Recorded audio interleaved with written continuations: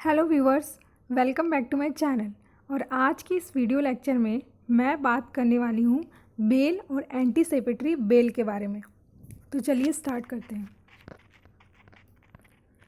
Bell bail refers to release of a person from the custody or imprisonment either before the end of time period of punishment or at the end of it। तो bell क्या होता है? Bell एक temporary release होती है किसी person की, किससे? From the police custody, police की कस्टडी से ये टेम्परेरी रिलीज़ की जाती है किसी पर्सन को जो एक्यूज्ड होता है, उसे रिलीज़ की जाती है टेम्परेरी कि इस बेसिस पे कि setting N arrested person free after taking security that he will regularly attain the court and face the trial. मतलब उसे इस बेसिस पे रिलीज़ किया जाएगा कि जब भी कोर्ट में उसकी ज़रूरत हो, जब भी कोई ट्रायल हो, तो उसको उसमें आना पड़ेगा। ठीक है। The concept of bail is stated under code of criminal procedure section 436 to 439 explain bail. मतलब कोड ऑफ क्रिमिनल प्रोसीजर जो है उसके जब हम सेक्शन 436 से लेके 439 तक देखते हैं तो उसमें बेल का एक्सप्लेनेशन दिया हुआ है। और बेल कौन कर सकता है? बेल मजिस्ट्रेट भी ग्रांट कर सकते हैं और पुलिस भी ग्रांट कर सकती है। ठीक है।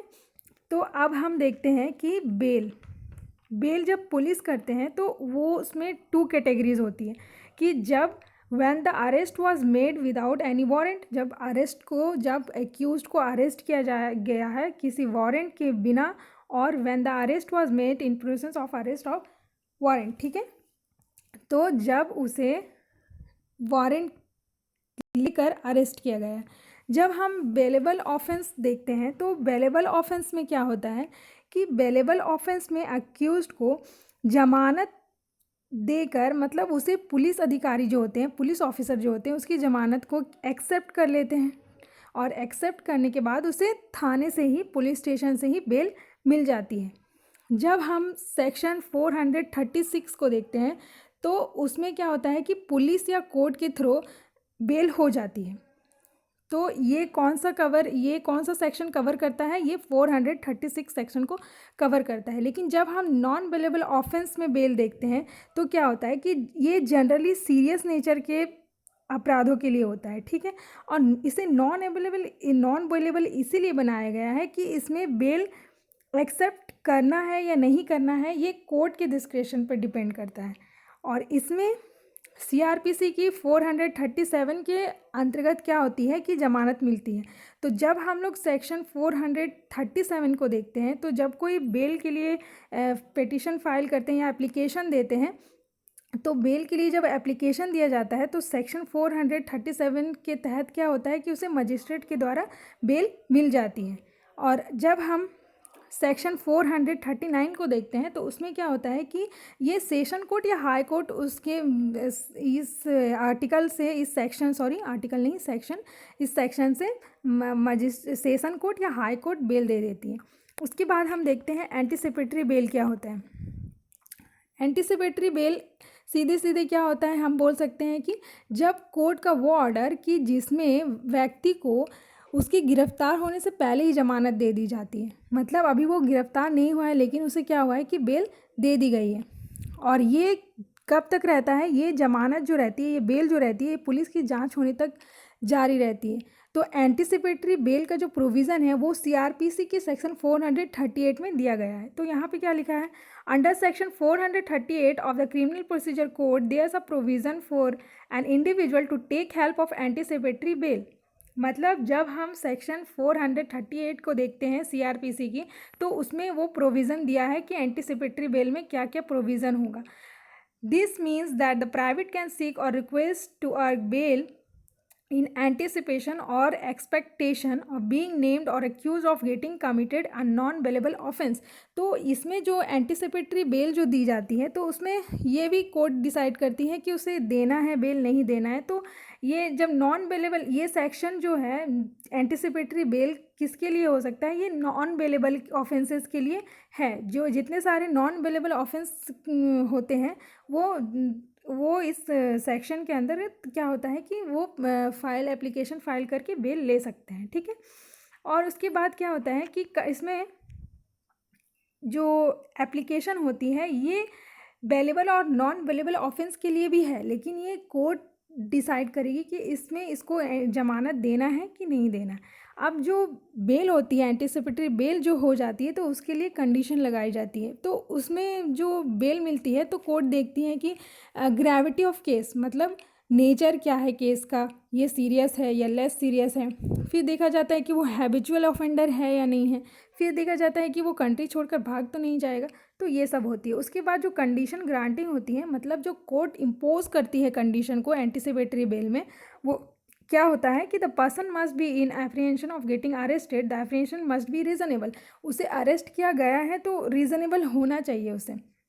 तो इसीलिए जब अगर जमानत पुलिस जब कार्रवाई करेगी, जांच करेगी, तब अगर वो एक्यूज, अभी वो एक्यूज है, लेकिन जब वो दोषी साबित हो जाता है तो फिर उसमें ये देखा जाता है कि तब इसे बेल नहीं दे सकते हैं, तब इसे अरेस्ट किया जाएगा, लेकिन उससे पहले उसे बेल दे दी जाती है, ठीक है। उसके बाद क्या होता है कि ये जो ये होती हैं कोर्ट होती हैं, वो the person must appear in the court wherever called required. तो और क्या कंडीशन लगाता है कि जब भी उस पर्सन की ज़रूरत होगी और जब भी उसे बुलाया जाएगा तब उस पर्सन को कोर्ट में आना है।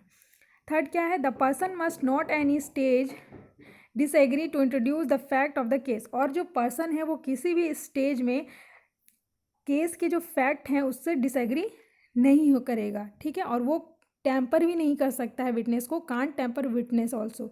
उसके बाद है the person must know leave the territory of India without the permission of the court और वॉट एवर द केस में बी। चाहे जो भी हो, लेकिन जब भी अगर वो पर्सन कंट्री को छोड़ना है या फिर वो कंट्री छोड़ रहा है तो उसे कोर्ट की परमिशन लेनी होगी। बिना कोर्ट के परमिशन लिए वो कांट लीव द कंट्री, वो कंट्री नहीं छोड़ सकता है।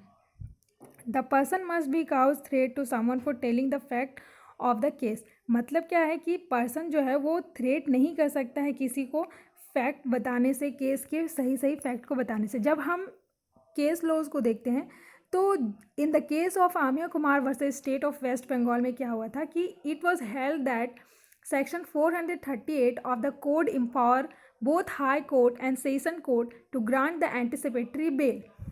इस सेक्शन में क्या बोला गया था कि जो हाई कोर्ट है और सेशन कोर्ट है ये दोनों को एम्पावर किया गया है एंटीसिपेटरी बेल के लिए। Both the court have the competency to grant this bell.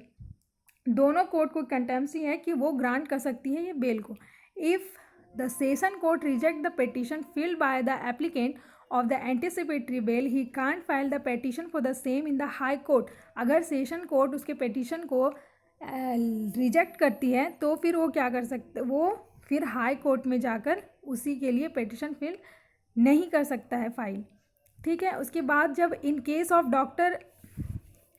D.R. Nayak versus state of Maharashtra में क्या देखा गया था कि जो अगर पर्सन है, अगर कोई पर्सन एप्लीकेशन देता है एंटीसिपेटरी बेल के लिए और वो सेशन कोर्ट रिजेक्ट कर देती है तो फिर वो सेम पिटिशन हाई कोर्ट में नहीं दे सकता है। लेकिन जब person first approaches the high court and petition filed by him get rejected, then he can't approach the session court और filing the petition on the same ground. और यही है कि जब वो हाई कोर्ट में देता है पिटिशन और वहाँ से उसे रिजेक्शन मिल जाती है तो फिर वो सेशन कोर्ट में भी पिटिशन फाइल नहीं कर सकता है।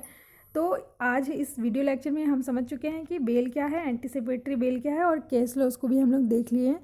तो अब आई होप कि आप लोगों को ये बेल की कंसेप्ट, एंटीसिपेटरी बेल की कंसेप्ट अच्छे से समझ आ गई होगी। मेरे चैनल को लाइक और सब्सक्राइब करें ताकि मेरी अपकमिंग वीडियो आप तक पहुंचती रहे और मुझे मोटिवेशन मिलती रहे। Thank you.